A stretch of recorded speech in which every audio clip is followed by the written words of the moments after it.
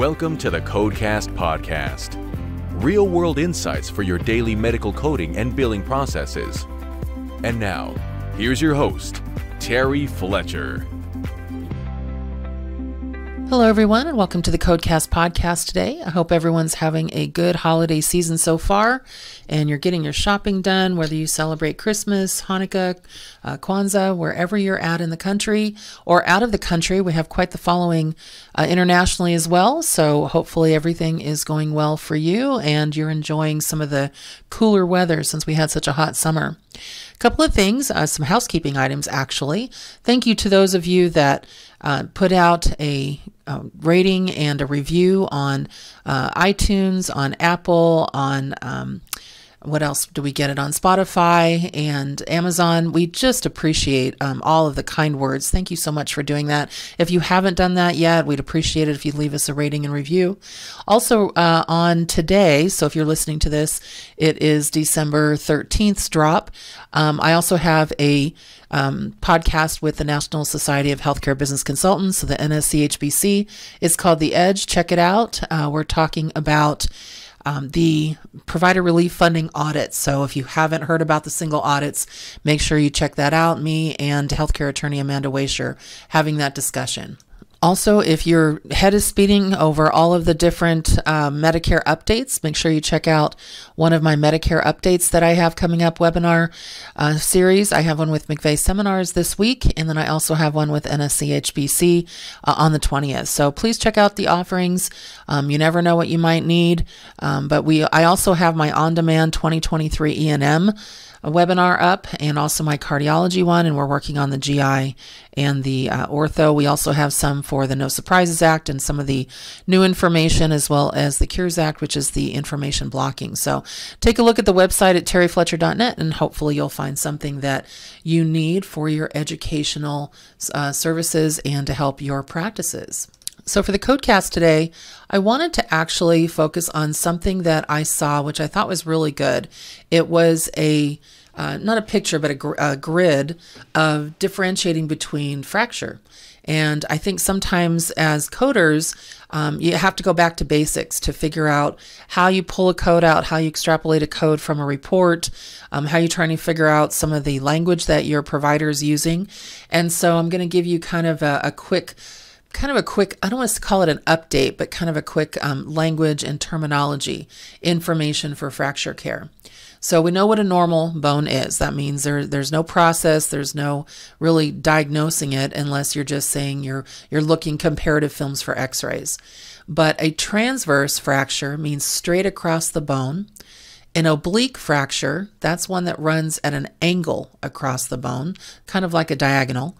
A spiral fracture that circles or spirals around the shaft. Okay, so that's one that comes all the way around. A commuted fracture. So we know we've seen that in the ICD-10.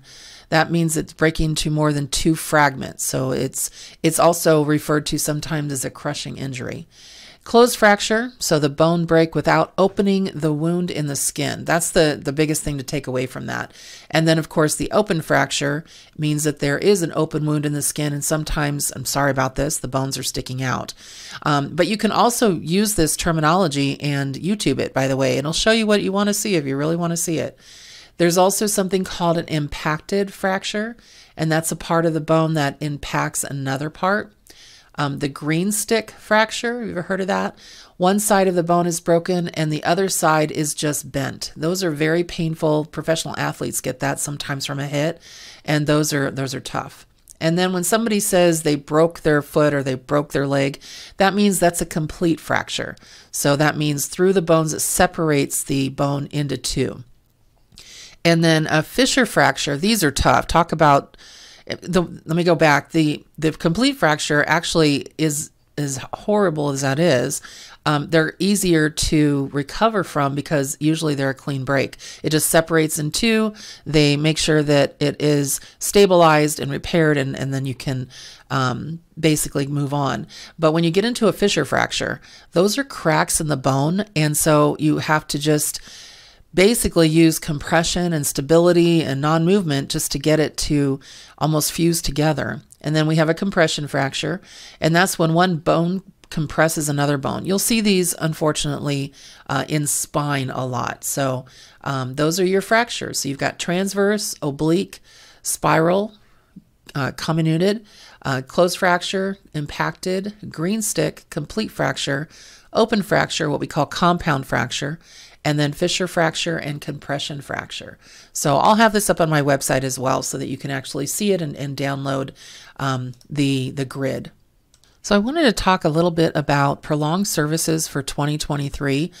And I don't want to do it as a webinar. I just want you to kind of listen and understand some of the things that are coming up. And it's funny to even talking about prolonged services because, first of all, when it was changed to only being used for the level 5 service in the office and then one of the higher services in the hospital, I just can't believe we're still talking about it, because if you look at the Social Security Act and the Medicare manual section, it actually says that prolonged services are used in rare cases. It doesn't say that you're supposed to use it on a regular basis. So the fact that we have to talk about it because they keep changing kind of the rules is kind of interesting to me. I think this is going to be what we like to call low-hanging fruit to pluck for the OIG. They're going, let's start there. Let's see what people are actually doing. So coding for prolonged services is not easy. First of all, for 2023, the 99354 to 57 has been deleted. Non-face-to-face prolonged care, the 99358 and 59, are still active codes, but Medicare will have them as an invalid code for 2023. There are 2 prolonged service codes for office and other outpatient services. Those are our office visits. 99417 and then HCPCS code G2212, because CMS doesn't recognize the 99417 and they don't agree in its usage with what CPT has in there. There are 2 new codes when coding for prolonged services for what we now call inpatient or observation visits in 2023. That's going to be 99418 and G3016. So according to CPT, you can also use 99418 with nursing facilities for prolonged care if you meet the maximum, but CMS is going to require a G0317. Medicare says if we don't like what CPT is doing, we create our own code and rules. And then CPT does not have a prolonged service code for patients' home or residence, such as assisted living, but Medicare has recognized that that could be a prolonged situation. So there is a HCPCS code G0318. And then CPT and CMS, like I said, disagree again on threshold times. And so the 15-minute add-on code, CMS is using the times in the Medicare file and not the times in the CPT book. So for the G codes for the hospital visits. So be aware of that, because CPT has their rules, meaning that you can start with 15 minutes above 1 minute after the minimum. And basically Medicare is saying, no, you have to start after you've hit 15 minutes and 1 minute after the maximum. That's why we have a range of time. And I agree with Medicare on that one. And so sometimes I think Medicare is being unreasonable. There's some things there that I just think are incorrect, but I don't think that way when it comes to prolonged services. Also, one of the things that came up on the prolonged service code for the hospital for 2023, it's really interesting how they're looking at the application of these for all services, because the time threshold is now different for all of them. And in the hospital, it says the times are, you must meet or exceed, and they only give you 1 time amount. So it doesn't say that it has to be a range like in the office.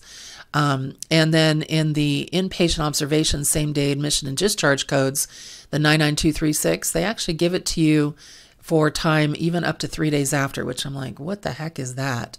And so that it's very interesting how to actually extrapolate some of these services. So it hasn't changed in the office, even though they said, oh, we made it easier. I'm not seeing how they made it easier.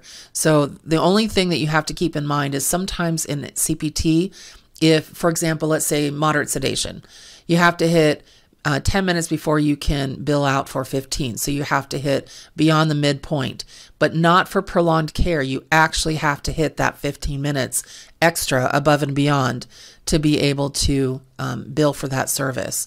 So this is where it's going to be a really important situation. Also, you have to use the person that bills time. You can't use clinical or non-clinical staff, which actually doesn't make sense because there's also prolonged service code time for clinical staff. But if you can't use clinical staff for time for the main code, how do you quantify that? So in my opinion, I would stay away from prolonged care unless it is absolutely necessary. So for example, in the office, if you reported a 99205, which has a time range of 60 to 74 minutes, and that's a new patient visit, CPT says that you can add the 99417 as soon as you hit 75 to 89 minutes. Well, the time range was 60 to 74. So that's 1 minute and then 15 minutes after that 60. But Medicare says, no, you have to hit 89 minutes before we'll let you add on the G2212 code, which is their HCPCS. So be aware that there is definitely a conflict when it comes to that kind of information. And one of the things that you also have to understand is payer to payer, they may be using Medicare guidelines. So I just want you to be cautioned if you're going to use these codes, because just because CPT says you can do it doesn't necessarily mean you can. So look at what your payers are saying as well. An update for you dermatology coders out there. I just wanted to give you a heads up on something, which I think is really unfair that they're picking on derm, but they put back on the work plan for OIG. They put back on the auditing of services with the 25 modifier. So you're looking for work plan W-00-21-35868. So for 2023, they're actually adding that Office of Audit Services. And they did it in 2021, and so 2022 is when they did a lot of the audits. But they're saying about 56% of dermatologist claims with an E&M service also included that minor procedure, which is lesions, removals, destructions, and biopsy on the same date, and it may not have been medically indicated.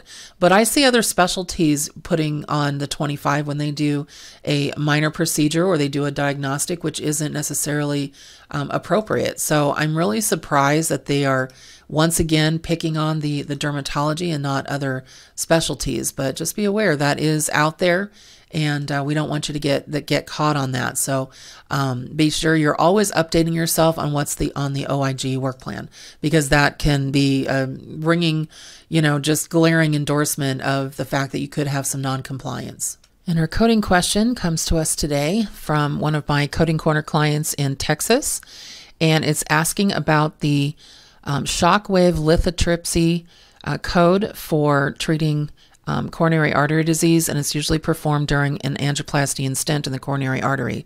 So this used to be inclusive of what you did as a angioplasty, but there is a new T code, which is new technology. It's not in your CPT book for 2022. It actually was added July 1st of 2022, which means you're only going to find it on the AMA website. It's 0715T. It's an add-on code to an intervention, so to, let's say, a stent, 92928, and you hope that you're going to get a payer that's going to reimburse it. It is reimbursable for about $75 on the Medicare fee schedule, but commercial plans are still on the fence as far as if they're going to pick it up. So just know that that is a new offering, and I say 2023 only because it'll be in the T code section for next year, but it is something you can use now because it has been effective as of July. That's one thing with CPT. If they don't, they put out their book once a year, obviously, and they do make some new technology updates for CPT codes, and they put them in category 3 anyway, and they put them on their website. So always make sure you take a look about that. Our coding question was brought to you today by Carmex Classic Lip Balm, pre-medicated Carmex for healing chapped lips. Again, Carmex. So for my personal tidbit this week, some of you may think it's silly, but I'm always looking for a good gift for my husband. We tend to get each other a big gift, and so we already know what it is, because big gifts, you kind of have to get somebody's approval. His this year, he wanted a remote control golf bag. Seriously.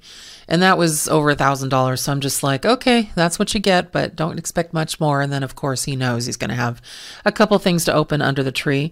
But I found something that was very inexpensive on Amazon that he is going to be so happy with. And so for those of you that have the barbecuer or griller out there, if you want a suggestion, Amazon has for $16. It's called the propane tank gauge, and it tells you the level of propane you have left. It has the green if you have a lot, yellow if you're running out, and red if it's empty. So instead of pouring cold water or warm water over your tank or trying to figure it out by hitting it and kicking it and hurting your foot, look on Amazon for that. And you're looking for propane tank gauge. So it just gives you an indicator level of anything, and it tells you if you have a leak. So I just want to let you know, hopefully you find that helpful. Another stocking stuffer that I like is lotto tickets. So if you have scratchers, go to 7-Eleven, go to your local gas station. They always have them, and throw them in everybody's stocking. Even let the little kids do them. So, you know, they're not necessarily gambling because you'll take it in for them. Anyway, everyone, I hope this was helpful. Make it a great rest of your week. Make it a great day. And thank you for listening to the CodeCast podcast. For more information on medical coding, billing, auditing, and compliance, including how to hire Terry, follow Terry on Twitter at TerryCoder1 or visit her website at www.terryfletcher.net. Podcast producer Joe Kuzma. Music producer Dassassin Music.